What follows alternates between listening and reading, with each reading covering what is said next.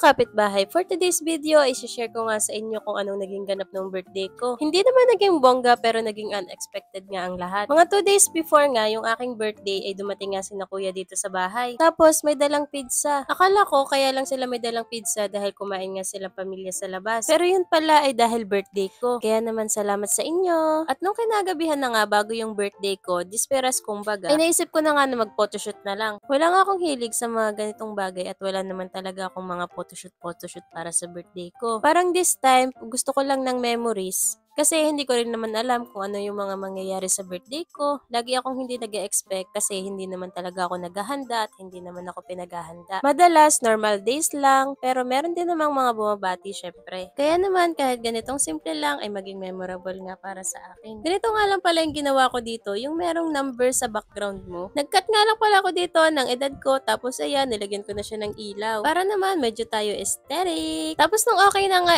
naligo na nga ako at nag-prepare ng sarili at ito nga pala ang aking photographer at ito nga pala ang aking outfit. Kinabukasan, mismong araw ng birthday ko, maghapon nga lang akong nakahilata sa bahay. Kasi wala naman talagang ganap, wala naman akong handa, parang nag-iintay lang talaga ako kung sino yung babati sa akin. Tapos biglang dumating nga rin aking pamangkin, aba, napaka-sweet, may dalang pansit canton para sa akin. At pagkatapos nga akong dala ni Yesha ng pansit canton, aba, nung gabi yung kapatid ko may dala ding pansit canton. Ito dalang daw ang handa niya para sa akin. O diba, may pansit canton ako sa araw ng birthday ko. Pero very thankful talaga ako sa magtito na ito dahil sila nga lang yung bumubuo ng birthday ko taon-taon. Hindi nawawala yung talagang pa-cupcake nila o kaya papansit canton nila tuwing birthday ko. Di yun nga lang ang naging ganap sa birthday ko. Kinabukasan, ay saktong umuwi nga ito si Pat at niyaya niya nga ako mag-date. Thank you, Pat! Alam niyo naman, basta uuwi yan, hindi pwedeng hindi kami magbabanding niyan. Sayang nga lang, wala si Besiwap, di sana tatlo kami. Dito nga lang pala siya nagyakag sa Greenwich dahil ito nga lang yung medyo luwag ang pila at saka mas mabilis nga kaming makaka-order dito. Pagka-order nga namin,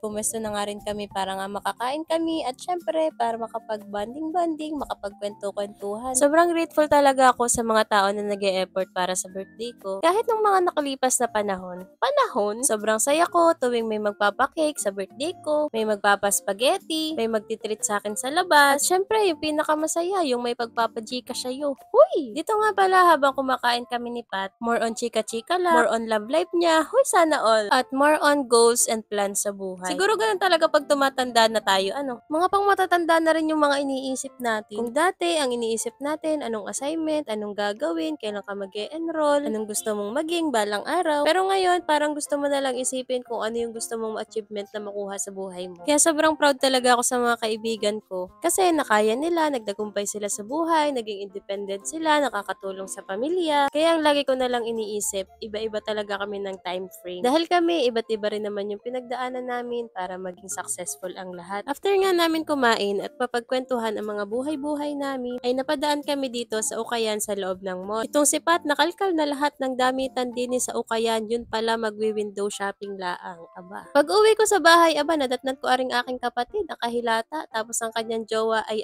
nagluluto. Ay kagaling naman. Bumili pala sila ng spaghetti dahil maghahanda nga daw sila dahil birthday ko. Aba, ay may pa-surprise naman palang handa. Salamat! May spaghetti na, meron pang ice cream. Aba. Dahil kinabukasan, pagkatapos ng birthday ko, tsaka lang nagkaroon ng ganap, bigla akong nalito kung kailan ba talaga yung birthday ko. Pero anyways, maraming salamat sa lahat ng nag-effort, bumati, nag-I love you, uy, sana all, nag-send ng Gcash. At alam nyo ba, hinide ko talaga yung birthday ko sa Facebook dahil gusto kong malaman kung sino lang talaga yung mga nakakaalala sa akin at nakakaalala nga sa birthday ko. At ayan, sila nga pala yung mga nakaalala sa akin. At syempre, thankful din ako kay Besiwap dahil siya nga yung unang-unang nakaalala sa birthday ko. Uy, sana all. Thank you Lord sa panibagong taon na ibinigay mo sa akin, sa buhay at lakas na patuloy mong binibigay sa akin. At salamat dahil may mga ganitong katulad nila sa buhay ko. So, paano ba yan mga kapitbahay? Hanggang dito na lang. Hanggang sa susunod!